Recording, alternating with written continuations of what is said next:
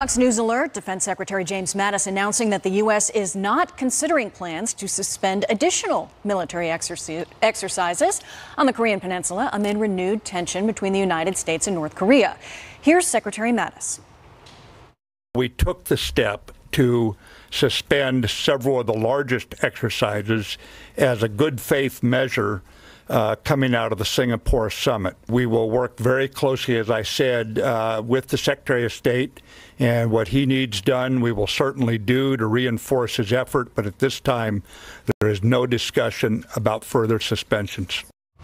And this comes just days after President Trump abruptly called off Secretary of State Mike Pompeo's planned trip to Pyongyang. The president citing a lack of progress on North Korean denuclearization.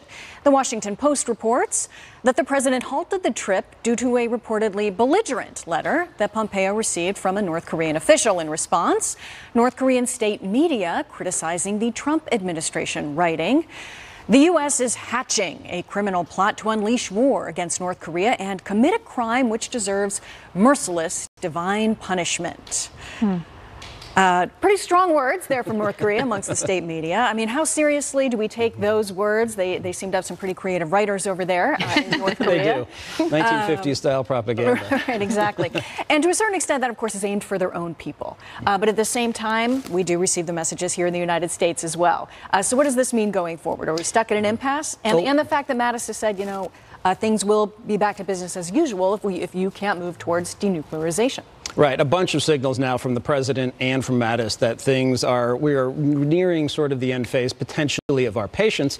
You know, the North Koreans have got to stop sending messages like that because, yeah, they're important. And more importantly, Donald Trump thinks they're important. You remember the Singapore summit originally was on, and then they came out with a statement to North Koreans threatening Vice President Pence, threatening to nuke America. And Trump said, thanks, but no thanks, we're canceling it. And then North Korea did an about face, and it was back on.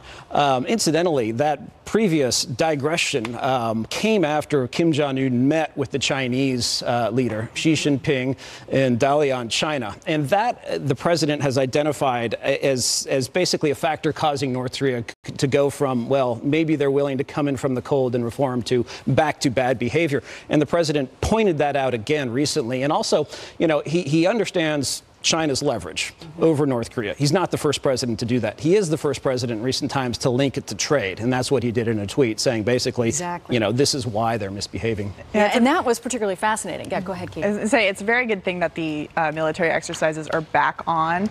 As Mattis said, they were taken away in good faith or suspended, but it was also at the time suspending a legal action, which are military exercises with allies, in exchange for the stopping of illegal belligerent behavior, which is threatening the United States with nuclear war. And now that we haven't seen any progress, I'm happy to see that those things are back on, despite, as the president said, the costs of them.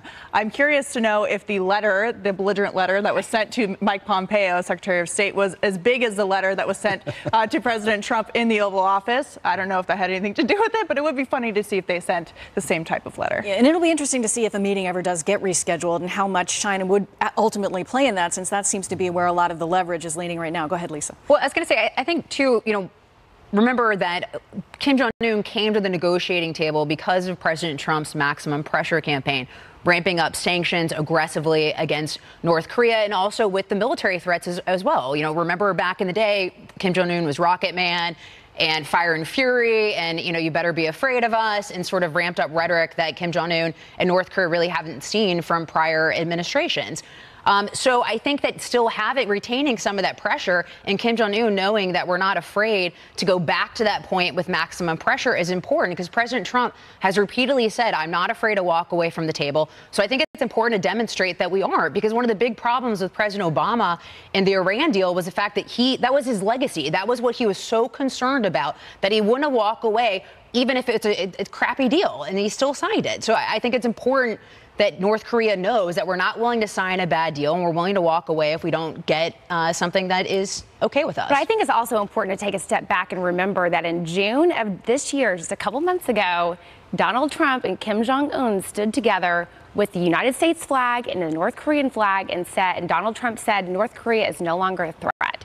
And now we are seeing this, whatever diplomacy, whatever you want to call it, completely unravel. So I think the administration needs to come forward, set the record straight with the American people, and put in place a diplomatic process that will actually yield the results that we want. This administration is certainly trying things that are new, which can make what comes a little less predictable than perhaps things have been in prior years and under prior administrations. So where could we potentially go from here? Doesn't that mean there's a broad spectrum of possibilities?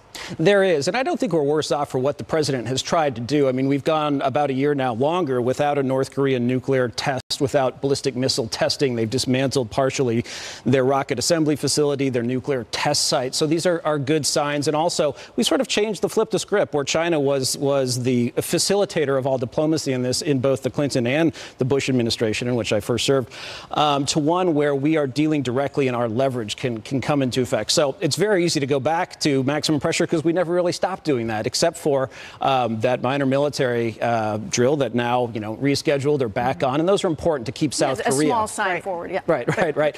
And also, there's a lot we can sanction as well. We can go after the money. North Korea's illicit funds from abroad is how the regime survives. In 2006, we sanctioned a bank that was laundering their money. The bank was in Macau. A lot of pressure both on the bank and on the really near death sentences for both the bank and the regime. And there have been some signals that could be the next thing coming. All right, well, coming up, liberal groups fighting against the confirmation of Supreme Court nominee Brett Kavanaugh, now going after Senate Democrats who have not committed to opposing him, whether the resistance could work or will it damage certain Democrats.